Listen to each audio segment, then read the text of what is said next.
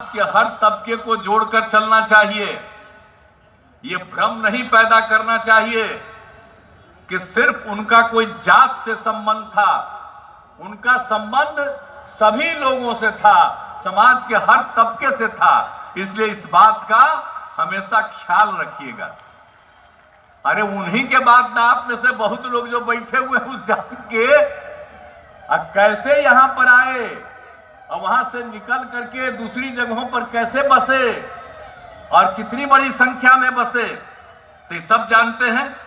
अब भामा शाह का भी जो उनको मदद मिला, तो भामा शाह ने जो मदद किया, और भामा साहब जैन धर्म के थे, और आपको मालूम है उसी समय जैन धर्म वाले भी बहुत लोग आ गए बिहार में, ये आपको पता होना चाहिए।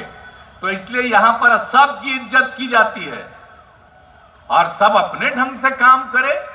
लेकिन हम तो यही बात कहेंगे, राजनीति की बात हम कभी नहीं कहेंगे। उनको तो जो अच्छा लगे वही करें, जिसको मन करे उसका समर्थन करें, उसके लिए सबको आजादी है, उस पर हमको कुछ नहीं कहना है। लेकिन इतना हम जरूर करेंगे कि आपस में प्रेम का भाईचारा रखिएगा।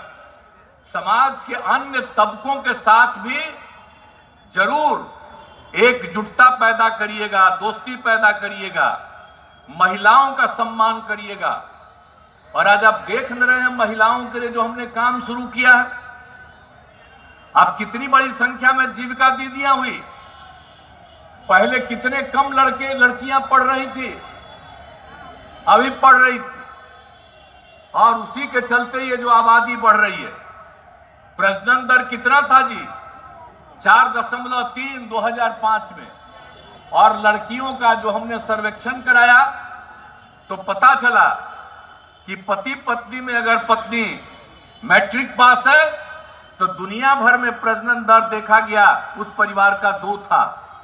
और बिहार में भी पति पत्नी में पत्नी मैट्रिक पास थी, उसका भी प्रजनन दर 2। और मैट्रिक से भी आगे पास है, इंटर पास से आगे है।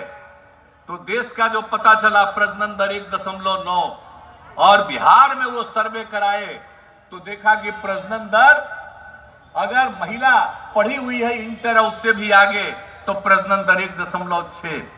और उसी समय से जो हमारी खुशी हुई है, जो हम इतना ज्यादा महिलाओं को आगे बढ़ा करके और सब कुछ कर रहे हैं, तो आखिरकार आप सोच लीजिए कि आप जो है महाराणा प्रताप साहब ने लड़की को गिरफ्तार किया, लड़के को मना किया, महिलाओं के साथ ये सब काम मत करो। और हम लोग देखिए महिलाओं के लिए कितना कर रहे हैं।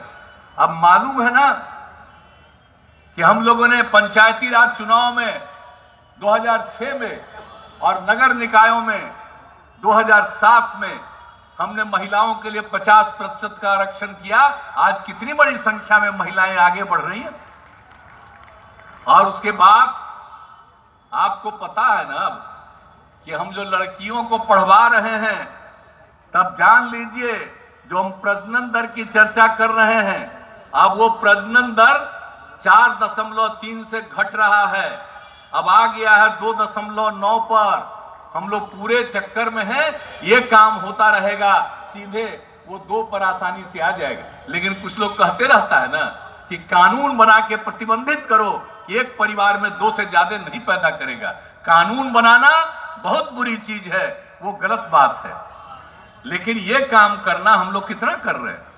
तो आप जरा सोच लीजिए कि अगर सचमुच आप महाराणा प्रताप के बारे में सोचिएगा तो समाज के हर तबकों का जो उत्थान करते थे, और वही सब काम हम लोग करने की कोशिश कर रहे हैं।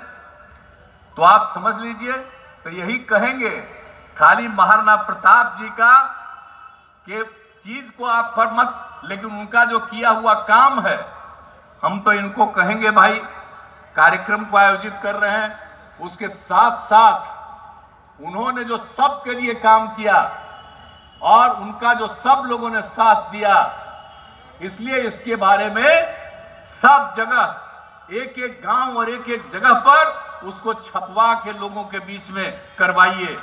जैसे हम लोग बापू के बारे में एक एक बात करते हैं,